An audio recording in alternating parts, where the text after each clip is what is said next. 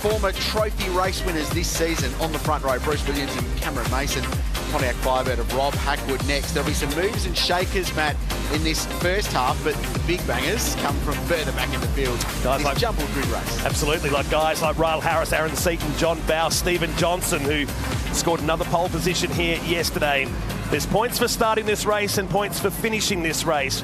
Our first championship race comes up later today, and we'll look at some of those names at the top. We call this retro round, but look at those names that have collected victories over the years here. Yeah, King of Sandown there, Jim Richards, 9 wins in TCM in his career. John Bow and Andrew Meadicke was always fast here in the Chevy Camaro, but its Ford Mustang has dominated proceedings in TCM. The Blue Oval Brigade will be hoping that transfers into supercar racing with the return of the Mustang to supercar. And this year's championship as well has had plenty of great racing, and these trophy races have been competitive. Bruce Williams, Tom Randall, Andrew Fisher, Cameron Mason twice, and Aaron Seaton have won the jumbled grid races. No one this year has done it from the very back of the field, which John Bow does on many occasions. So let's see if the number 18 Tirana can carve his way through the grid. 20 cars set to take the green flag here in race number 1. That's how it's looked so far. It's been dominated by Stephen Johnson. Aaron Seaton, what a standout he's been with 4 victories.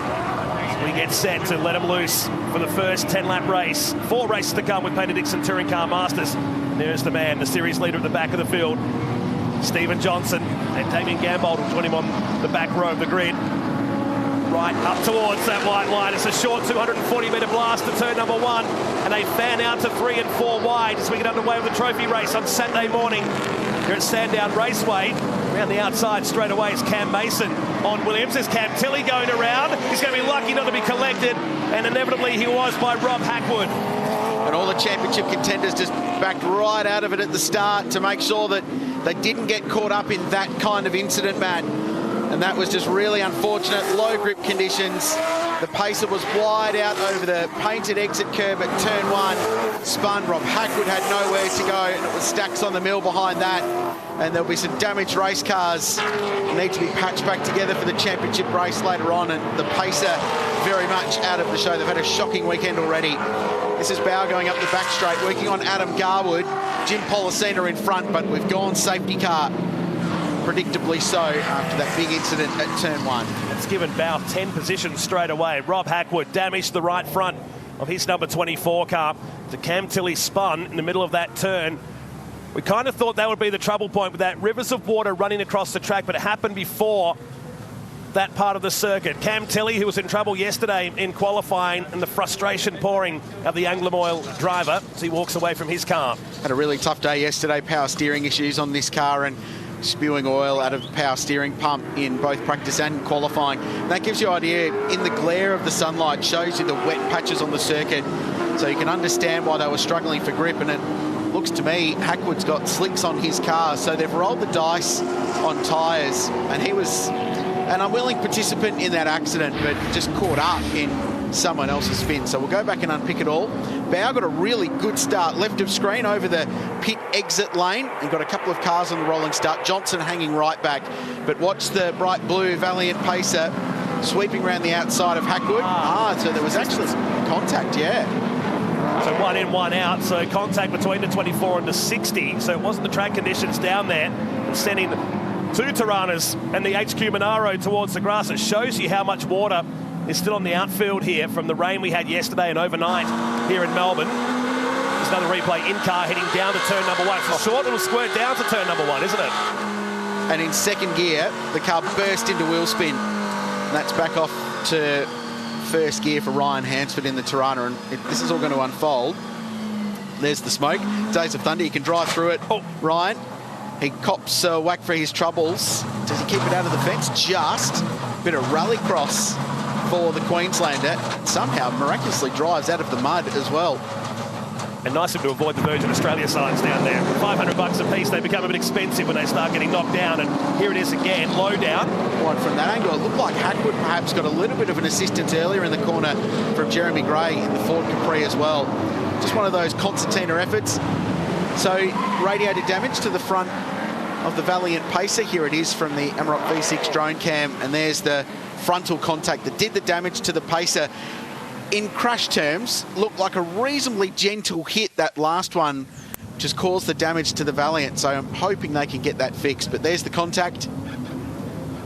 And for all the driving skill that Cameron Tilley's got, that's the kind of oversteer you don't catch. They were lucky the fact the track was a bit damp down there too. They weren't carrying the speed they normally would in dry conditions. And there's the contact again. So he got in the front, in the rear. It's also put Peter Burnett in the pits. He'll have damage to the front of his number 12 Tirana as well.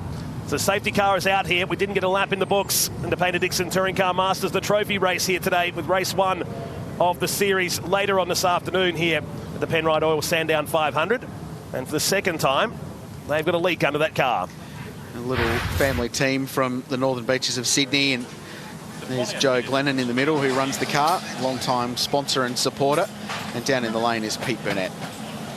Very good morning, Matt and Richard and everybody at home. I did just chat with the guys in at Tilley Motorsport, and they said, you know, their weekend has gone from bad to worse. I did a quick scout around in the pre-grid before the start of this race to see what tyres. Majority of the field, I'd say probably 95% of them were on wets.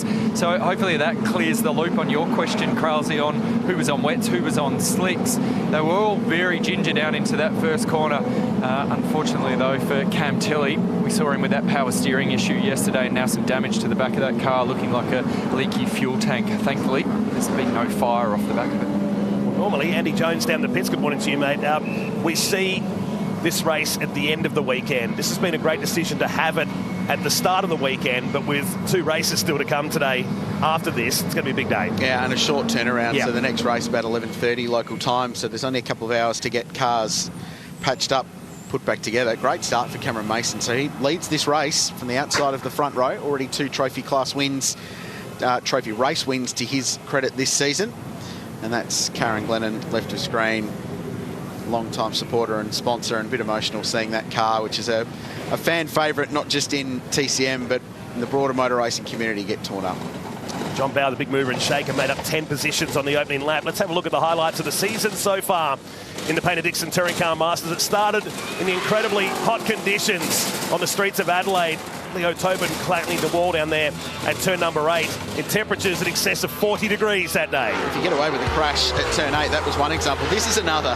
The miraculous Aaron McGill, who's made a career out of massive lurid slides in TCM without actually ending up in the fence. Unfortunately, the same couldn't be said for the Jesus Racing Falcon GTHO of Andrew Fisher. He clouted turn 8 quite heavily.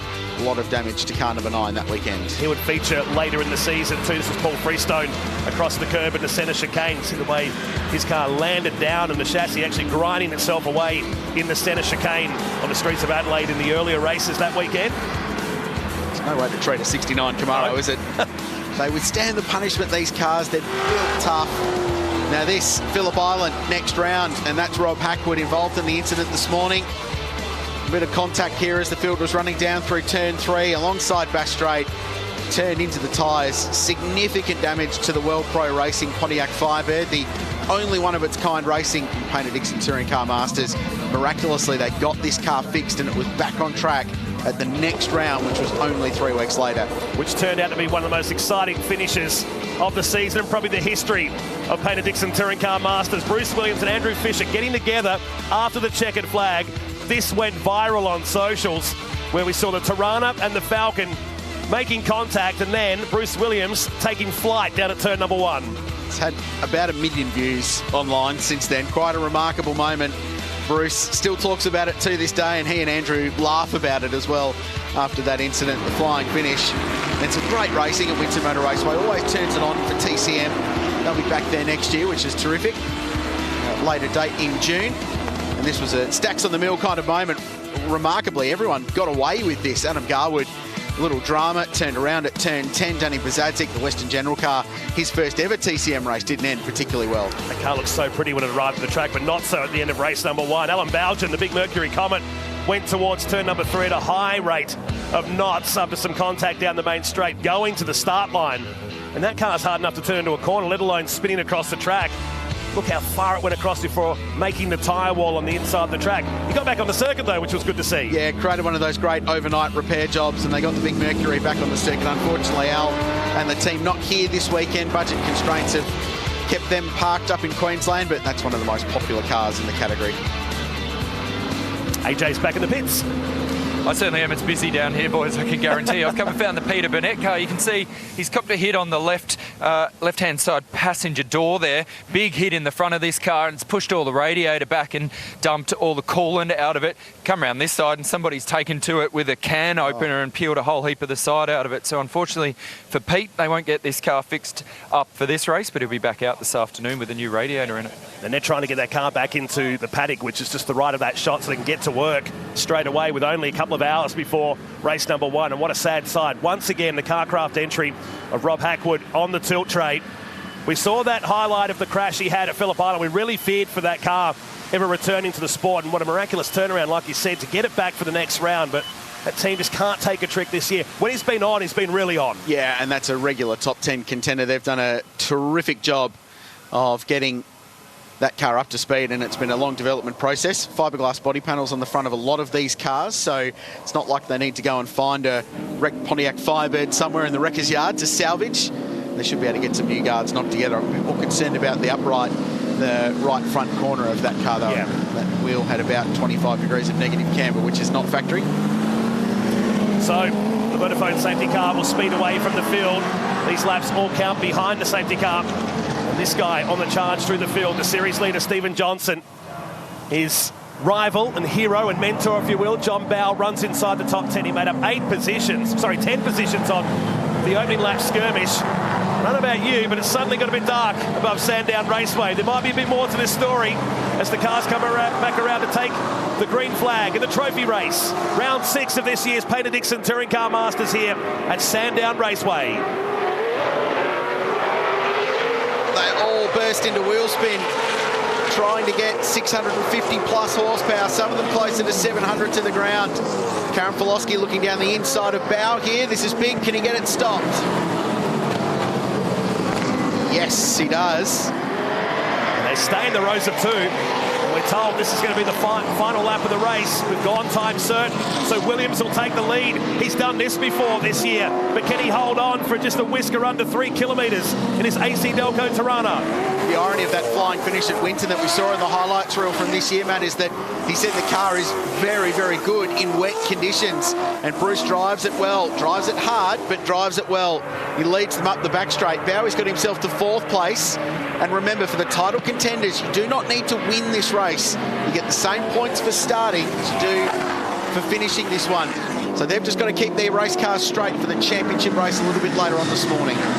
Dandenong Road corner, turn number 9. So he made the move into turn number 1 in a race that's going to go a couple of laps short here today. And Bruce Williams gassing his way down towards the final set of turns here in very tricky conditions. They're going to avoid this shower of rain.